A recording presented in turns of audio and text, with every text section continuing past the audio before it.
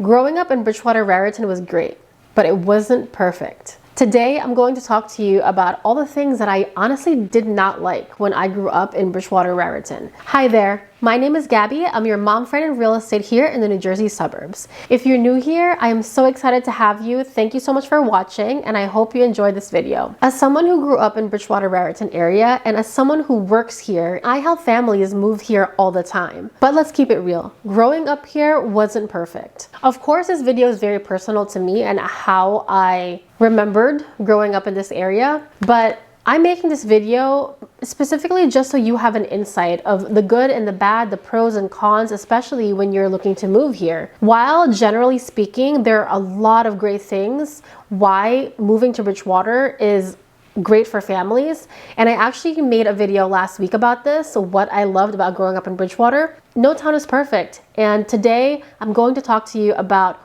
what I didn't like about growing up here. And after watching both videos, I hope you have a better insight if Bridgewater is a great location for you to move your family. While this video is going to focus on what I hated about growing up in Bridgewater-Raritan, don't forget to watch till the end because I'm actually going to tell you why, even after all these things, me and my husband still has Bridgewater on our radar when we upsize to our next home in the next couple years. And with that, let's get into it. First and foremost, I was not one of the popular kids in school. I didn't get bullied, nor did I have one terrible experience growing up, but I just didn't have a lot of friends. If I'm gonna be honest, every time I go to our reunion for my senior class, it's almost like a flashback in time. There are certain people that I still say hello to that are super nice, and I'm so glad to still reconnect with them. And there are still some cliques, you know, that have formed from a long time ago that I just was and never probably will be a part of. And that brings me straight to number one reason why I didn't like Bridgewater was how big the public school was, which meant that unless you were either in AP classes or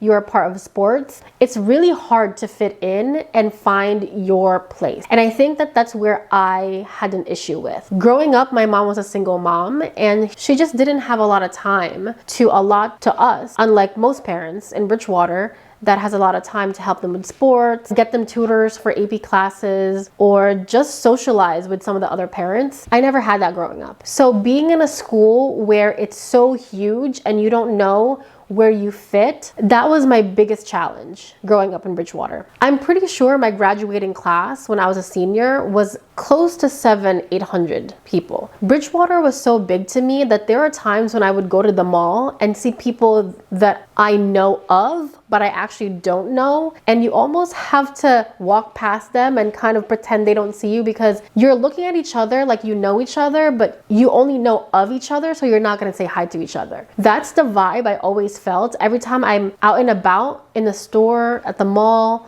or wherever it is in the groceries where you see people and you know you bump into them at school, but you just don't know each other enough to actually say hello to each other. That is one of the things that just I didn't like about growing up in Bridgewater. Also, the high school campus in Bridgewater is actually California style, which is really interesting, right? Because we have all 4 seasons in New Jersey, and sometimes we have really big snowstorms, and springtime and the fall, it's basically wearing a jacket in the morning and then taking it off by the end of the day. The buildings in Bridgewater-Raritan High School, I believe there's about 7 of them, or 6, correct me if I'm wrong, I forgot, but there's a few buildings that are connected by an outdoor walkway with a pergola, I guess is what you call it. It's outside. So you essentially have to bring all of your things with you wherever you go. So it's not like you get a locker in the morning, go to your homeroom,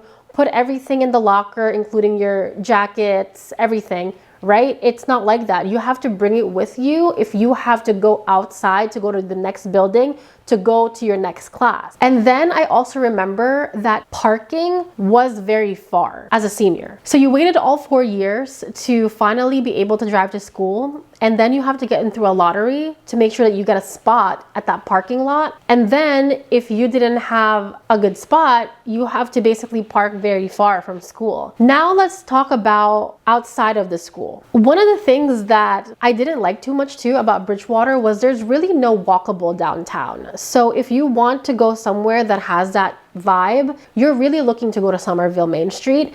And Somerville has evolved so much throughout the years, and it's just super lively now, and there's a lot of local shops, and they also have a car show in the summer every Friday where locals and outsiders are able to park their vintage car outside every Friday, and then you see a lot of locals just walking around. Bridgewater doesn't have that. We essentially have a lot of different complexes in different areas of the town, because Bridgewater actually wraps around several towns like Raritan, Somerville, Boundbrook, and Branchburg. So if you actually look in the map, we're kind of wrapped around these towns, and within those different sections, they have different complexes. And then of course you have the Bridgewater Commons Mall and the Village, but there's just really no downtown vibe that's walkable. Luckily, we do have Somerville very close by, so that is a plus because you're able to go there. Growing up, there's really only one place I feel like that you could really hang out in, which is the Bridgewater Commons Mall. It has an AMC theater, lots of shops, and the food court and such.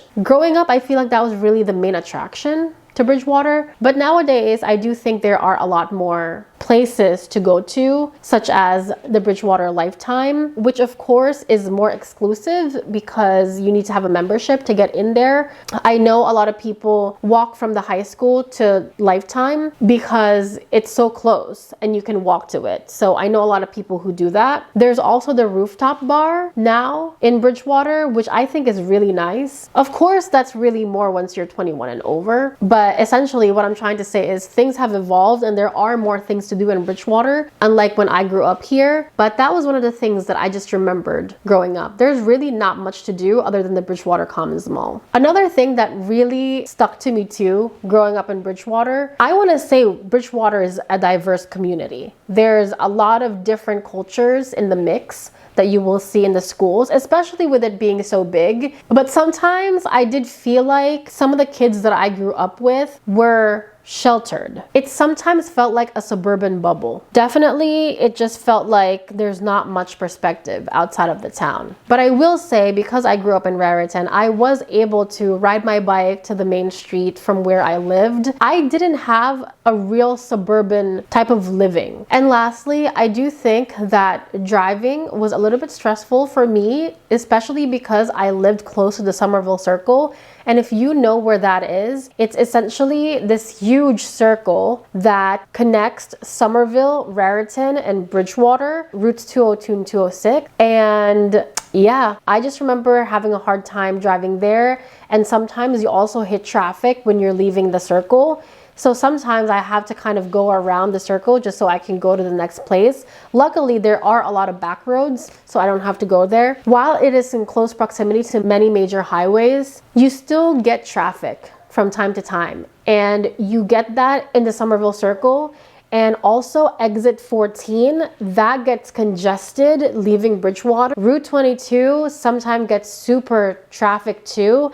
And then for me, where I notice a lot of the traffic also, because to get to my house from Bridgewater, I have to drive on Route 202, that gets pretty congested as well, especially during rush hour. So yeah, those are some of the downsides of growing up in Bridgewater-Raritan. Again, this is more of a personal experience more than anything. I just thought it's a great information. And of course, again, my perspective is coming from an immigrant child who moved from the Philippines to Raritan, who then had to go through the Bridgewater-Raritan school system. Everyone has their own experience. For example, my sister never went to the public school. She went to VOTEC, which is a technical school in Bridgewater, and she didn't have this experience. She had a different experience than me. So Take it with a grain of salt. Use it as extra information just so you know if you are thinking about moving to Bridgewater and moving your family here. And again, even though I just told you all the things that I hated about growing up in Bridgewater, I would still move back here if the opportunity arises. So right now, my husband and I, we don't live here. We bought a house 4 years ago, 15-20 minutes more west in the Flemington area. And while we love living here in Flemington,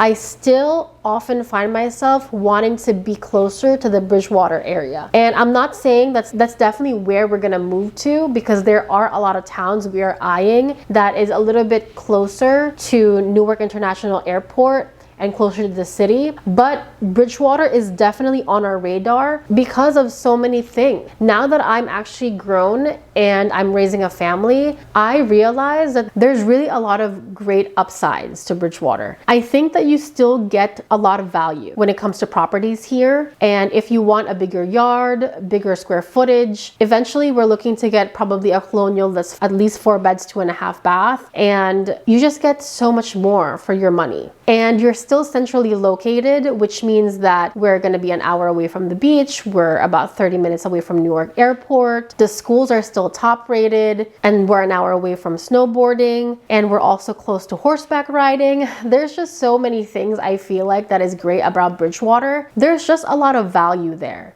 especially when you compare to towns like Basking Ridge, Bernardsville, Warren, Watchung, and parts of Morris County. While we would love to find a place there, maybe renovate a house to either add a level to or make it bigger, you just get more square footage as far as price is concerned, right? You're still close to major highways such as 78, 287, 202, and you're still within commuting range from New York City if ever we want to go there. From a home buyer's perspective, for someone raising a family, for someone who still wants to be a little bit closer to the city, I would still move back to Bridgewater just because of the type of home we're looking for in our next house. And that's it. I hope that this video gave you a lot of insight as to what it's like growing up in Bridgewater.